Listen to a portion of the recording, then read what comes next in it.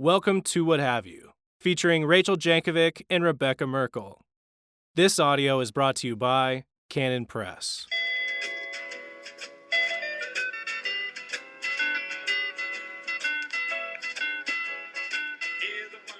Welcome back to What Have You. I'm Rachel Jankovic. I'm Becca Merkel.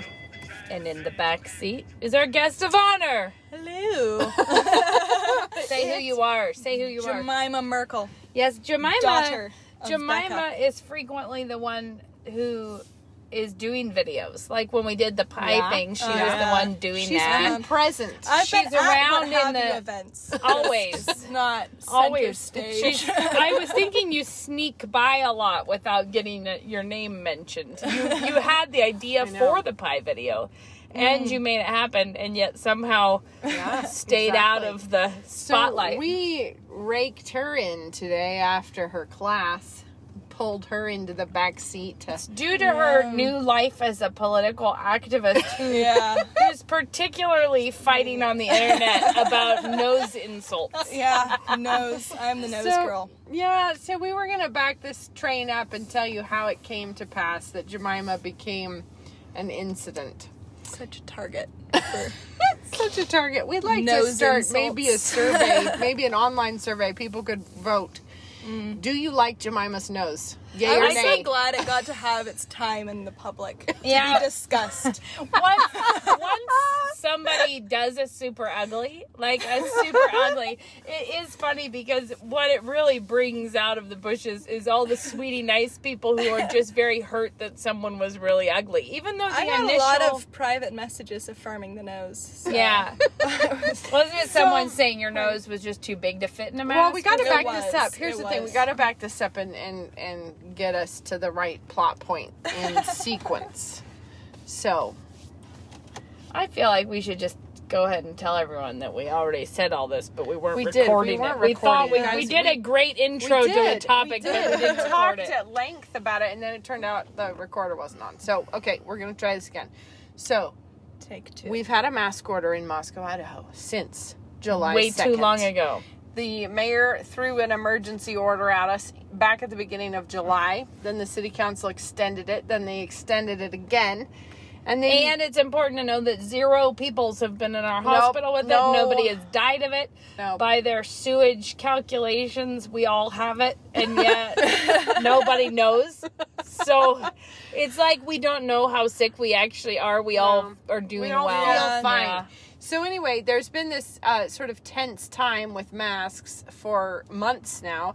And then the city council met last week, and many, many people wrote to them ahead of time and expressed that they felt that it was time to be done. Now, probably other people wrote and said it was, Moses, we've got all the guests. Yeah.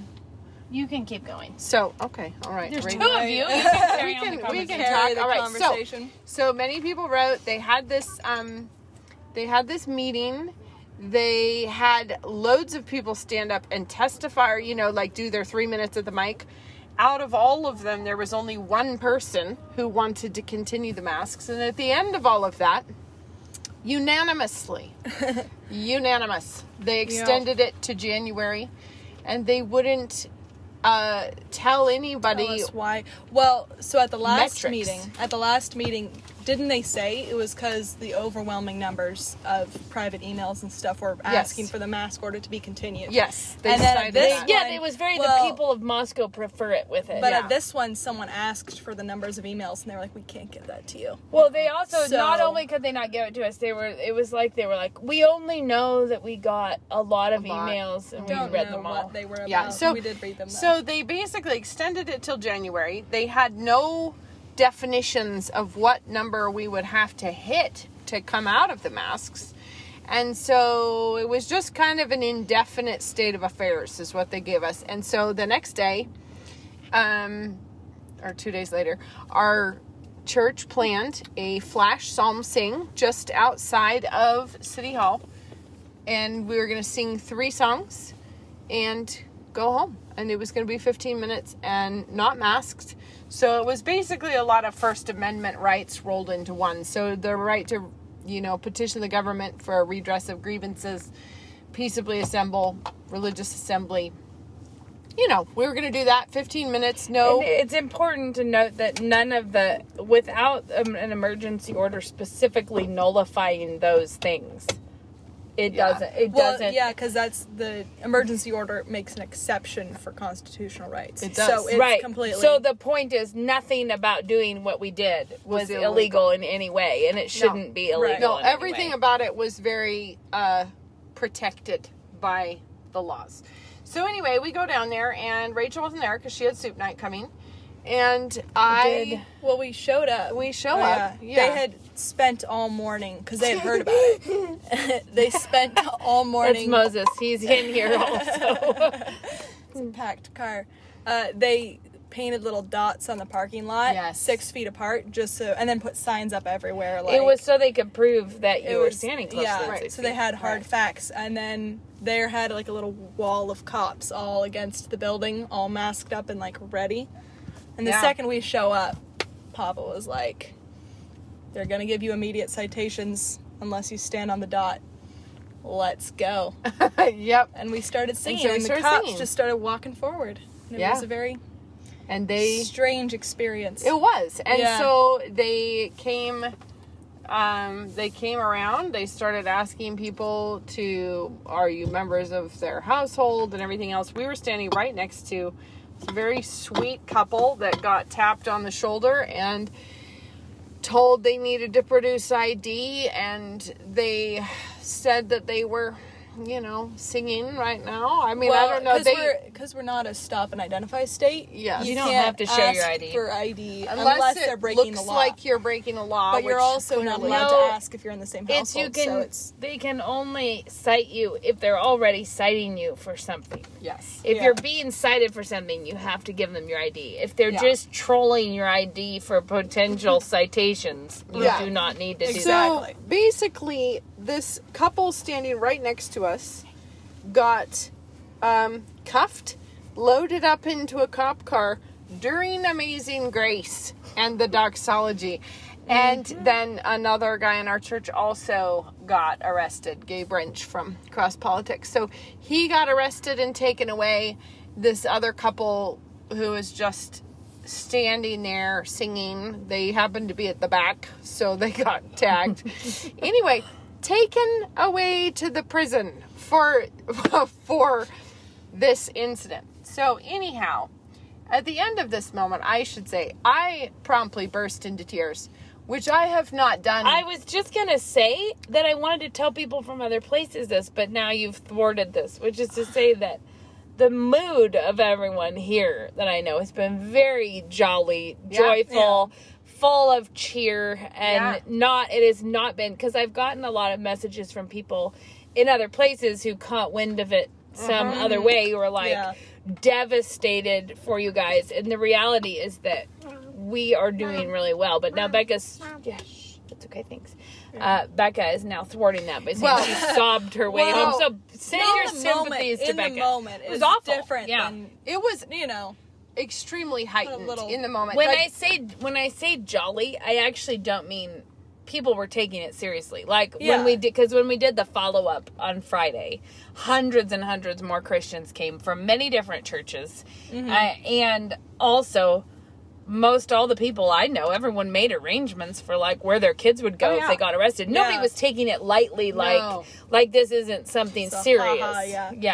No, but what I was gonna say is like the scene of masked cops were singing Amazing Grace, and they are cuffing these people who were standing right next to me, and then taking them to the cop car, and you're like, I can't believe this is happening in America. I can't believe this is happening in my town. In Idaho. I can't believe this is happening to Sean and Rachel. Like, it was just, and so I burst into tears of pure anger, I think, right that minute. But I have not cried in public since first grade when a boy in an orange Crush t-shirt punched me in the stomach at recess. And so, like, I'm just telling you that it took a certain something to get me to that place. That one? For me to, like, just cry downtown all the way back to the car. I was just like, I cannot believe what just happened. Well, so that was on Wednesday. Everyone was hauled away. the videos went hog wild through the nation. Because if you had tried to stage, nobody who planned it expected anyone to be arrested. No. So it was in no way planned for this. It was God's drama that made this happen. It wasn't a stunt to get arrested. No, but the fact that people were being handcuffed while other Christians were singing is something that comes off as nothing other than a terror film. I mean, like, when you watch it, it's just unbelievable. No, they didn't. Yeah. And it's Sean and Rachel are singing too as they're being cuffed. And it's just... I know. Nah. It was too much for me. I cried. Anyways, then I know you did, because that's how I found out what happened. I was running around breathlessly getting stuff, and you called me, and I didn't know where my phone was, and so I answered on my Apple Watch, and I just hear you sobbing, and I was like, what on earth? So I was running upstairs with my watch, like, on my ear, like, Becca, what happened? And I was like, you won't believe what happened. Yeah. So anyway, that was Wednesday. So we're building up slowly, guys. Mm-hmm. That's Wednesday. Then, after this hits every news outlet on the conservative side of things, because it was on Laura Ingraham and Glenn Beck and The Wire and everything else. Carlson. It was everywhere. And so there was a picture, I think, on the Washington Post, but it was of all of us, and it said, "Rise in COVID cases." That's right. Singing. That's right. And so that was Wednesday, so we decided to do another one on Friday. And that's the one that Rachel was referring to. People this time they're ready to be arrested. They're figuring out what to do with their kids. Loads of people from other churches came. It was this beautiful, it was beautiful. A lot of people. And then, of course, that gave everybody time to plan a counter protest. Yeah. So, meanwhile, during this lull, Jemima had taken some video footage. Yeah. Now, you tell us this piece here. Because I was standing right by Sean and Rachel. So I filmed them getting cuffed as we all had our hands raised singing the doxology.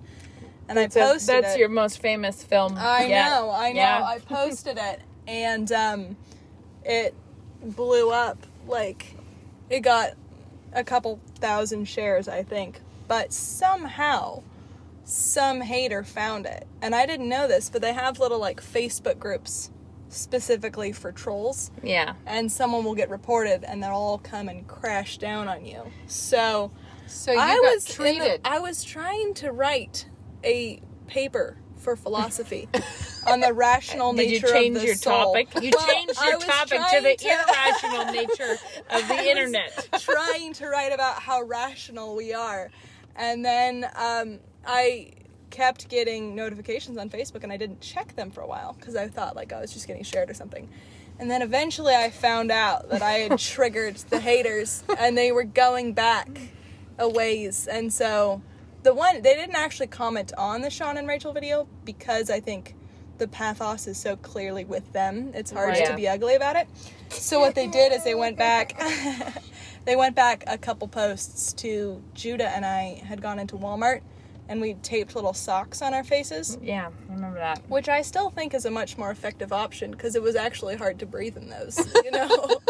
It was actually suffocating. But they went, and that got like 5,000 comments and a couple hundred shares from the haters. And that's, I think, how my nose became a topic of because she had a sock. But then it was just someone sending you a mean thing about your nose doesn't fit in masks. I got personal messages from people with lots of death wishes and ugly things about my nose. Yeah.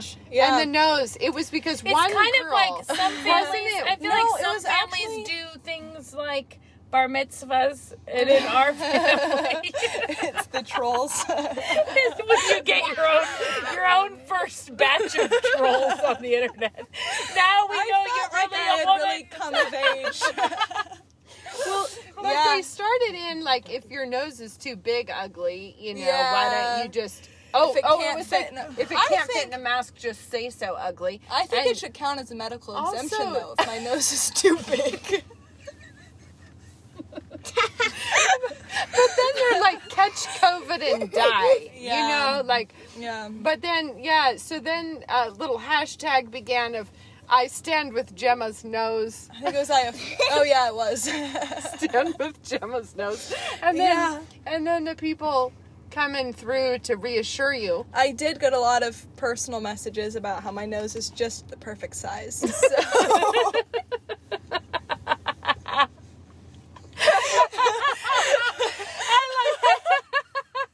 I like to think that there's a counter troll Facebook group somewhere that's like, SOS, young girl's nose has been insulted. Everyone write her a compliment now. Yeah, it was. I did not wake up that morning thinking we'd have to talk about it that much, but. And now you got your first podcast. I got a whole deal. Yeah. I really like the rational nature of the soul. It was, yeah. It was the rational nature of the soul as you get the entire. As I got the haters coming. The proof that it's not so rational. So Jemima was having a real public time about her Oh nose. my word! I saw there during the Psalm thing, there were some people we did not know who were on the edge, who were persecuted much by some of the counter protesters, and who got a little hot under the collar at them. I think the lady tagged me in the video, but I didn't see it. Someone just messaged me and said maybe it was in the video. But some guys in our church saw this thing starting to heat up and were like, hey, come away back up, let's not do this. But the video posted of the woman, of her daughter out fighting the champion thing at our psalm sing. Yeah. So her daughter was 15 with a cymbal, with cymbals on a stand, just banging the cymbals. And then she grabs it and runs towards these people who are at the psalm sing and gets right up next to them and is banging her cymbal. So she just goes barging at them, and the guy turns and he just stands there and he looks sort of puzzled. I didn't even watch the whole video. It didn't matter. The part that tickled me is the woman who posted this video everywhere being like, they assaulted my daughter.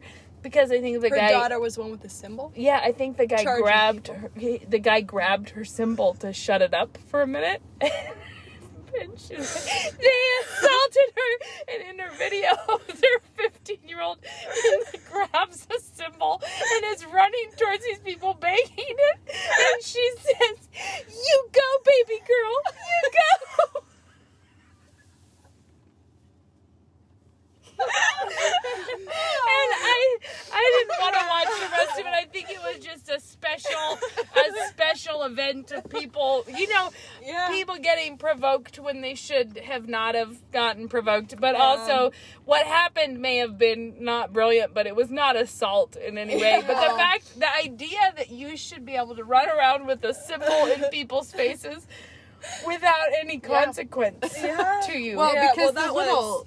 Go ahead. Oh, I was just going to say, at the counter-protest, is they told everyone, come early to fill up the space so we can't get in, and then also bring as much noisemakers. Yeah. So they also got people to just drive around the block, laying on the horn. Yeah, there's one guy angry in his Subaru, leaning on his horn the entire time.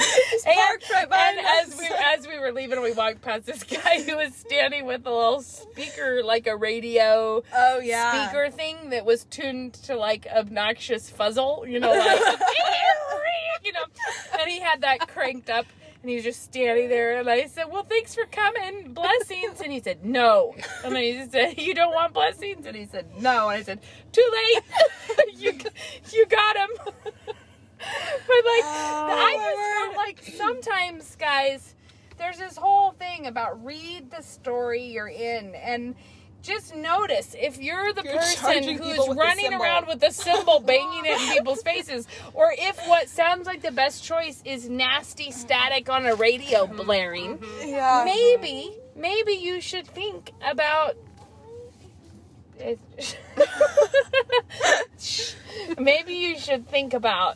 trying to be a different character now, because Perhaps. I think that's not a blessing to you either. Like, No, or the girls who had Black Lives Matter signs. Yeah. And posed with David when David Shannon went to take a selfie of himself, who was a black man in our church, and they were holding Black Lives Matter posters, flipping off the camera behind him. It's just like, and one of them is in a Playboy sweatsuit. Yeah. I feel like, there's a lot going on here, but it's just not. Maybe you shouldn't be Yeah, that. exactly. just- It's a special blend of things that It really Was is. a great moment. Just was crazy. So yeah, the counter protesters were like maybe 25 people or so, Yeah. right? Banging There weren't drums a lot, and but they were cymbals and quite loud. being obnoxious generally, and then And there were a few Christian counter protesters who were there masked, holding signs that said "Love your neighbor." Yeah. I didn't know if they were There, Christian or not, but the Lutheran church has a little sign that says "Wear a mask, love your neighbor," or "Love your neighbor, wear a mask." okay, yeah. But I think they have a woman preacher, so I think they did too. That shows how there's tight they some- stick. The thing is that I Citing missed scripture the is maybe second not. psalm sing because I did not. Ben I was and there. The Jankovics were there in full force. yeah, on well, that one. Ben and I were in South Dakota. We were at a really fabulous conference that was really fun.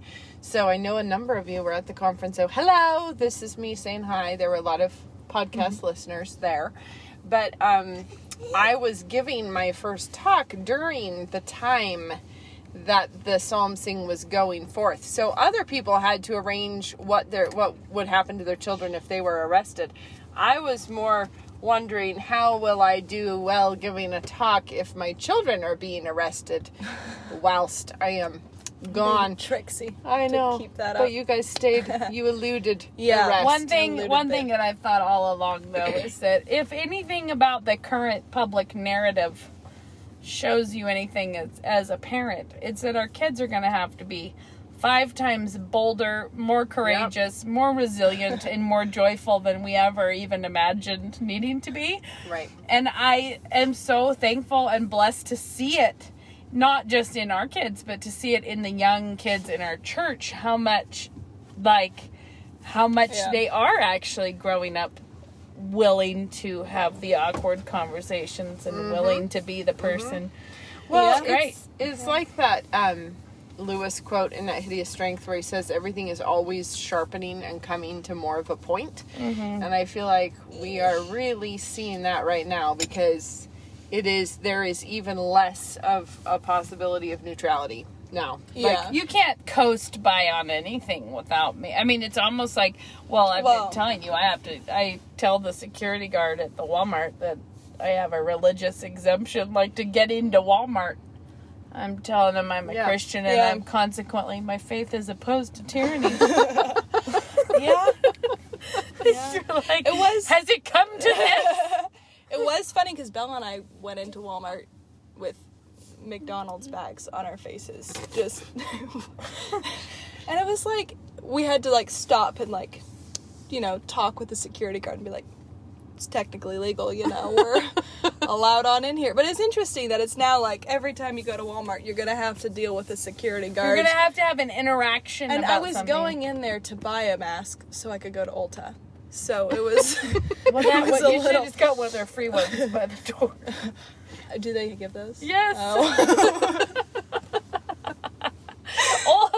Ulta's already a bridge too far in my life. I won't. I hate the thing Ulta. Well, we were gonna do the pickup because Belle got something. Yes, and then I we just- had to go to Walmart. I 'cause just needed to go dislike in. Ulta Yeah, because I dislike same. it. It's But- a big dirty Vanity Fair in Ulta. Is what Yeah. it is. I think Which America reminds is me big, of a dirty tip Vanity that I Fair. actually have. Okay, do it. I agree What? with you on that, but Ulta seems to be one of those places where the wind patterns have gathered a lot of it. Oh, If America is I a know. big dirty place, Ulta is the Dust Bunny collection behind the door. It's so true. Yeah. But what I was going to say is, this is a great tip, and I failed to ever bring Give it it. up. So I jumping have the a gun. good tip too, but let Okay. me just point out that my clock on up there is wrong. So just By 4 minutes. 4 minutes. Off. Okay, my big tip is I happened upon a new mascara brand Oh. a little while ago, and you can get it on the Amazon. And Which it's is also called... not exactly Purity Central. But No. anyway, You go don't have ahead. to go in there No, and but look you at don't the have to look posters. far in there. You don't have to, like, Yeah. scrabble around with a man in drag trying to tell you what you'd look good in. Yeah. At which point, scroll down at from which the banner point, at I the just top. say, I don't want your help as far as beauty matters are concerned. Thank you, please. So what I was going to say is, though, it's Vivian Sabo, I think. It's called Cabaret Mascara. But it's $12.95, and it is better than I have used Clinique mascara for forever. Okay. And this one caught my attention because it has insane amounts of great reviews. Okay. So I bought it, and it's great. It's brilliant. What's it called again? Vivian Sabo Cabaret. Although I have to say that, just to be clear, recently I've been going on a struggle because I don't know where I put it. I lost it entirely. So in recent days, I've been on a bad using someone else's old weird mascara. I have a hot tip. It's not fun. I'm really pleased with this one. This one, Jemima is here, and she can testify. Are these this your shoes? Is, no. Oh, okay. No. Because those Okay. are, I'm Okay. jury's still out there on those. But no, I ordered also from Amazon a set of drill attachments, Rachel. Drill attachments that yeah. are scrub brushes. And I have never been so happy in all my life. Because, What is it that you're scrubbing? Potatoes? No. The shower. The shower. It's a different color now. It is a different color than ever since we've lived in this house because it's a strange dusty pink tile and tub, which we haven't gotten to yet. And so it's never been lovely, but it was a lot more beige than it is now. Now it's got more of a rosy pink to it. But It's a little more I got these things, and you can attach them to like a cordless drill. And there's like one that is shaped like a toilet brush, kind of like it's sort of a cone. And then there's a flat, round, big one and a small one. And I scrubbed the dickens out of the shower and the tub, and I've never been so pleased in all my life. Like I used just like a soft scrub and those brushes because they are really stiff bristles, but So have you seen people peel potatoes with them? yeah, well, I mean, I've seen that concept, but this is Or you seriously put them, for you put scrubbing them in a difficult big surfaces. bucket Yeah. full of water, Yeah. and you whiz one of those in it, and it whirls them all around until you have peeled them all. Wait, like a brush? Yeah, on a drill bit, stiff brush. Well, this comes with an extension. Yeah, so it's to a make long. it So you longer. put a long drill yeah. in a bucket full of potatoes, and they jumble around so fast that you have peeled them all. Well, I haven't tried that, but I'll tell you that You know, it is we wonderful. did try it, and I'm struggling to remember what happened because I know Something that weird? I know that it did work, but I think we had to Made do such some. a mess or something. No, we had to do some jury rigging to make the brush, like to make it work because we couldn't find exactly the right thing. Well, I'm just gonna say this was like $12 or $13 for this set, Okay.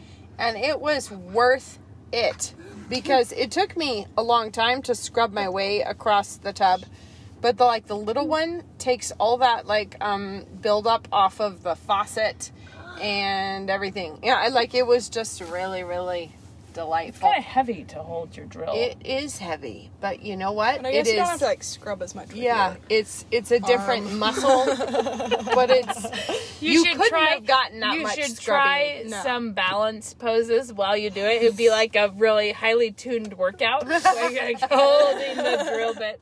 It's a good idea. Yeah. This is a good tip. I know. We have a small cordless drill, which made it very doable. Like if it was a heavier one with a big cord, that would have been harder. But anyway, I was a fan, and I haven't taken them around. I mean, I'm sure it would take the paint right off of stuff, so you wouldn't want to. But on the tile and everything, it was amazing. Well, hot tips. Yep. Hot tips by That you. is my hot tip. And then,